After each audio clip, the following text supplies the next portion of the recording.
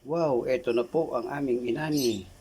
Oh, meron kaming inaning okra, meron labanos, meron pechay, sili, at cherry tomato nandito sa sinigang. Ngayon, oh, mahal ang kamatis ngayon, kaya ang cherry tomato malaking tulong sa aming pamilya.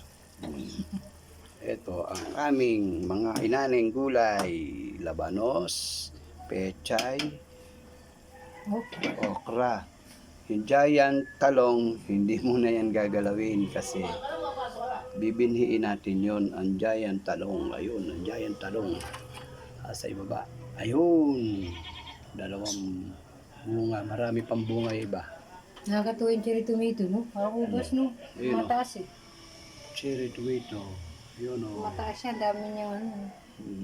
Ito, ang cherry tomato iba. Try natin mag-ubas. Ayan, oh. Cherry tomato.